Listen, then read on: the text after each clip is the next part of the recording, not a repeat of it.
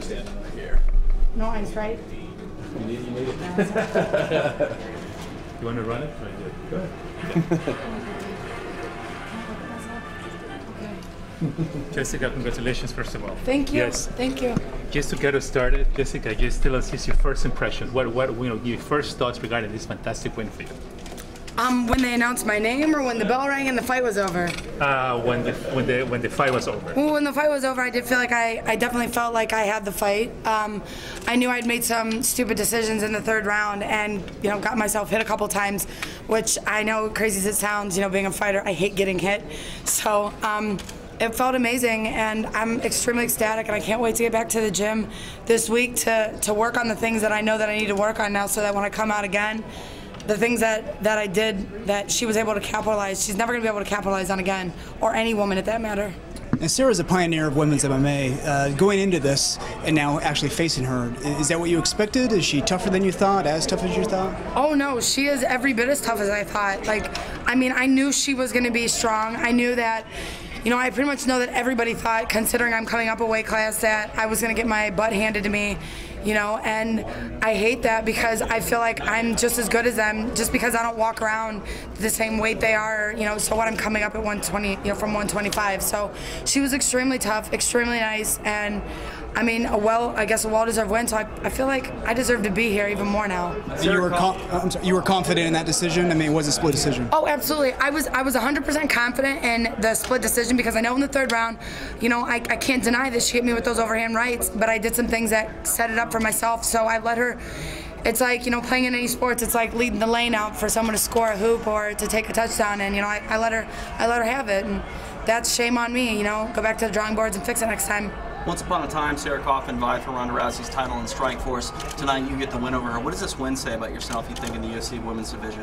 That I deserve to be here, and that I'm just as good as the rest of them, even though I'm a small 125er coming up to, bantamweight. So, I feel like it just, proves to me and proves everyone else that I am good and I do deserve to be here. And my heart's in that cage, and it's going to stay in there until, I'm able to stand on top of this mountain. Talking about moving up in weight, you did that tonight, moving up to 135, but you look to be the bigger fighter, especially at weigh-ins. Do you feel that your power is, transfers very well to bantamweight? Because you look more like a natural bantamweight than a flyweight.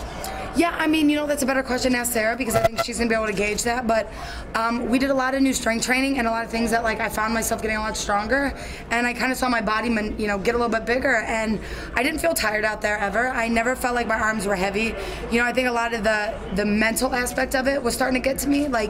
Not even the crowd or anything, but myself. I was starting to wear my own mind down. I was within myself telling myself to do too many things. Or, I wasn't doing enough when I was doing everything I should, and I ended up dropping my hands and letting her hit me with a stupid, overhand right. Are octagon jitters for real? Oh no, that was not octagon jitters at all. It had nothing to do with the octagon, the crowd, or anything. It had everything to do with me finding myself and just being able to tame the inner voice and not let my inner voice overtalk my coaches. The UFC lights burn bright, obviously, but you fought in Bellator. Do you think that Bellator experience helped you tonight coming into the UFC?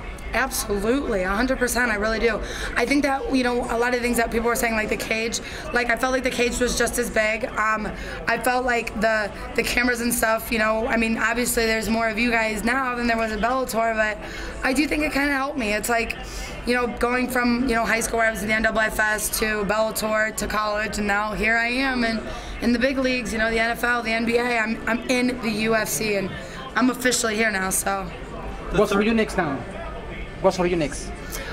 You know what, I don't really know. Obviously back in the gym this week. Can't wait to watch the fight.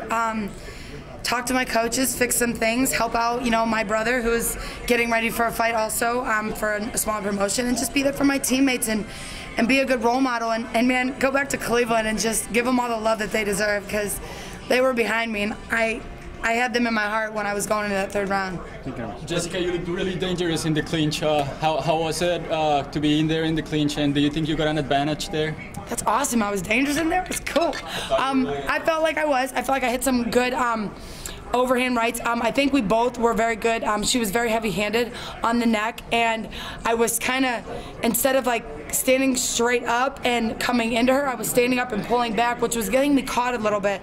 And I knew that my coaches even said that we had worked on her clinching with me on the right hand and ducking under, and you know, sometimes you get so caught up in your own mind and you don't do the things that you were trained to do. You know, it's either A, because it's not second nature yet, or, you know, it just wasn't there for you. So I did feel good in it. I felt very good on the cage with her also. So yeah, again, I'm excited to be able to work on some of those things. No more questions, guys. No more questions. We talked about power a little bit.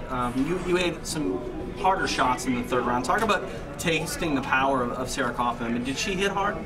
Yeah, oh yeah, certainly. I mean, I feel like everybody at this class is gonna hit hard. And I mean, let's get it, guys. Like an overhand right is like taking a sledgehammer to a little metal pallet to see if it goes all the way up to the top.